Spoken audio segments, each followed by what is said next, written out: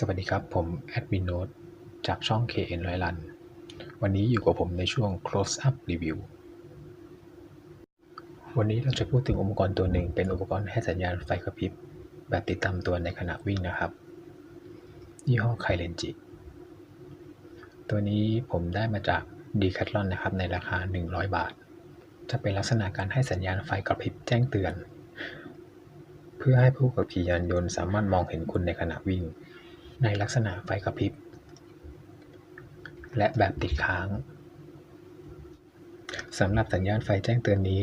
จะทำให้ผู้ขับขี่ยานพาหนะมองเห็นเราได้ตั้งแต่ระยะ100 เมตรในเวลากลางคืน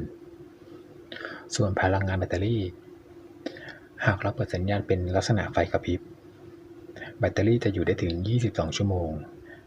และถ้าหากเราเปิดเป็นสัญญาณไฟค้างแบตเตอรี่จะอยู่ได้ถึง9 ชั่วโมงตำแหน่งที่ติดเจ้าอุปกรณ์ตัวนี้เป็นลักษณะแบบคลิปหนีบ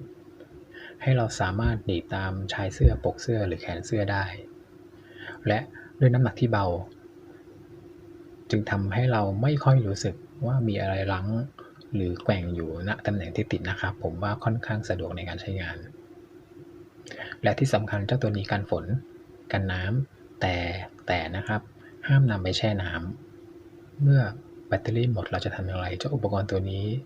เป็นแบบใช้ถ่านนะครับไม่ได้เป็นแบบเสียบชาร์จแต่อย่างใดในการเปลี่ยนถ่านเราจะหมุนทวนเข็มนาฬิกาหมุนเจ้าหน้าปัดสีขาวตัวนี้นะครับทวนเข็มนาฬิกาแล้วปลดออกแล้วก็เชนแบตเตอรี่ที่อยู่ด้านใน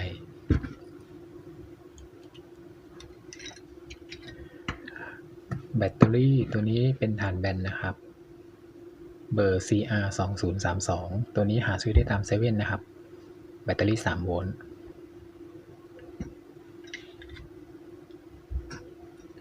ตอนใส่กลับ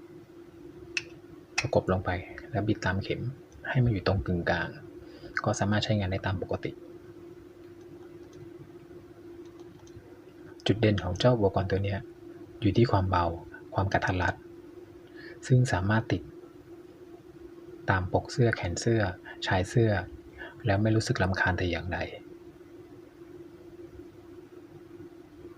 สำหรับเพื่อนๆที่วิ่งตามถนนฟุตบาทในยามเช้าตรู่เช้ามืดหรือยามกลางคืนอุปกรณ์แจ้งเตือนแบบให้สัญญาณไฟมีความจำเป็นนะครับเพื่อความปลอดภัยของเพื่อนๆเองวันนี้ผมขอจบการรีวิวแต่เพียงเท่านี้หวังว่าคลิปนี้จะเป็นประโยชน์ต่อเพื่อนๆนะครับสวัสดีครับ